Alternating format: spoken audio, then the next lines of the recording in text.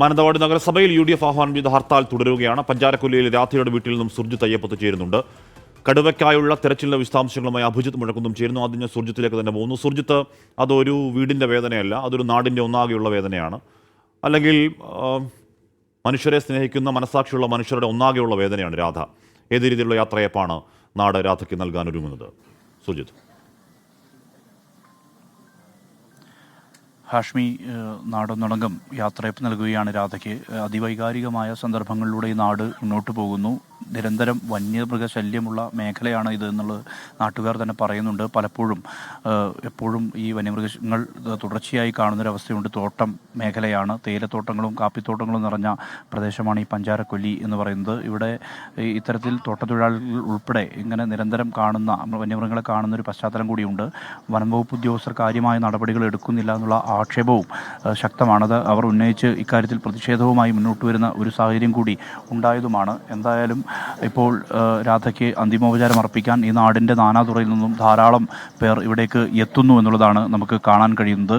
മന്ത്രി OR കേളു ഇവിടെയുണ്ട്. ഒപ്പം തന്നെ മുൻ മന്ത്രി PK ജയലക്ഷ്മി ഇവിടെയുണ്ട്. CPIM-ൻ്റെ ജില്ലാ സെക്രട്ടറി K റഫീഖ് ഇവിടെ എത്തിയിട്ടുണ്ട്. അങ്ങനെ നാടിൻ്റെ നാനാതുറയിൽ നിന്നും രാഷ്ട്രീയ സാമൂഹ്യ മണ്ഡലങ്ങളിലെ ഒരുപാട് വ്യക്തിത്വങ്ങൾ ഇവിടേക്ക് എത്തി അന്തിമോപചാരം അർപ്പിക്കുന്നതാണ് നമുക്ക് കാണാൻ കഴിയുന്നത്.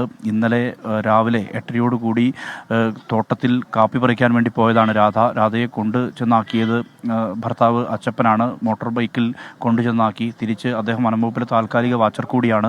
അദ്ദേഹം തിരിച്ച് ഇവിടേക്ക് എത്തുകയാണ്. വീട്ടിലേക്ക് എത്തിയ ശേഷം ഇങ്ങനെ ഒരു മരണം നടന്നിട്ടുണ്ടെന്നുള്ള വിവരം ലഭിക്കുന്നു. കടുവ ആക്രമണം സംശയം എന്നുള്ള ഉൾപ്പെടെയുള്ള വിവരം ലഭിച്ചതിൻ്റെ അടിസ്ഥാനത്തിൽ അദ്ദേഹം യൂണിഫോം അണിഞ്ഞുകൊണ്ട്, വനംവകുപ്പ് വാച്ചറാണ്, യൂണിഫോം അണിഞ്ഞുകൊണ്ട് വീണ്ടും ആ പ്രദേശത്തേക്ക് തിരിച്ചു പോവുകയാണ്. പോകുമ്പോൾ സ്വന്തം ഭാര്യയാണ് ഇങ്ങനെ ഛിന്നഭിന്നമായി കിടക്കുന്നതെന്ന് കണ്ടപ്പോൾ അദ്ദേഹത്തിൻ്റെ ഒരു മാനസികാവസ്ഥ എല്ലാവർക്കും ഊഹിക്കാവുന്നതേ ഉള്ളൂ. അത്രമാത്രം ദുഃഖഭരിതമായ അന്തരീക്ഷത്തിലൂടെ ഈ നാട് കടന്നു പോകുന്നു. ഇവിടുത്തെ ഓരോരുത്തർക്കും പ്രിയപ്പെട്ട അനുഭവം തന്നെയാണ്.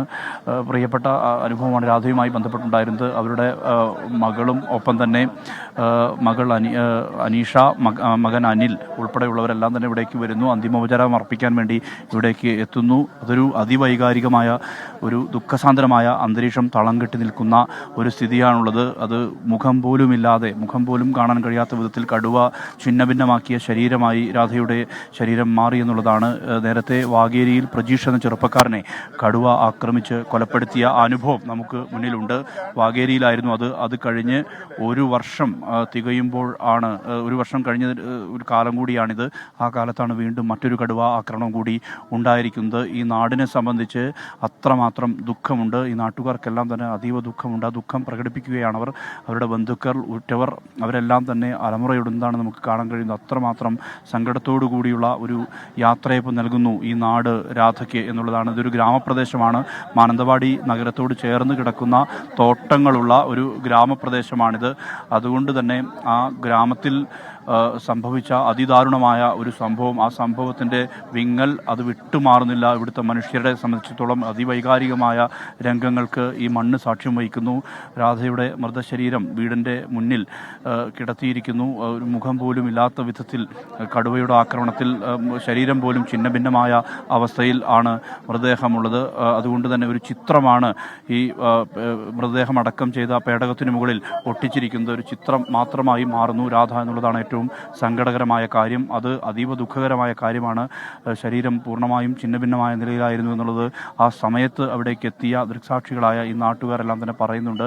എന്തായാലും അതീവ ദുഃഖഭരിതമായ അന്തരീക്ഷത്തിലൂടെ ഈ മണ്ണ് കടന്നു പോകുന്നു എന്നുള്ളതാണ് ഈ പഞ്ചാരക്കൊല്ലിയിൽ നിന്നും പറയാനുള്ളത്.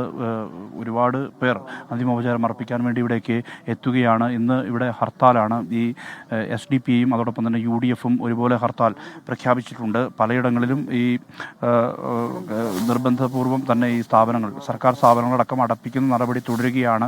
ഈ മാനന്തവാടിയിലെ വിവിധ സർക്കാർ സ്ഥാപനങ്ങളിൽ UDF പ്രവർത്തകർ കയറി അടപ്പിക്കുന്ന നടപടിയും തുടരുന്നുണ്ട്. ഇവിടെ നിരോധനാജ്ഞ പ്രഖ്യാപിച്ചിട്ടുണ്ട്. ഒരു ഭാഗത്ത് കടുവയ്ക്ക് വേണ്ടിയുള്ള തിരച്ചിൽ സജീവമായ രീതിയിൽ തന്നെ മുന്നോട്ട് പോകുന്നു.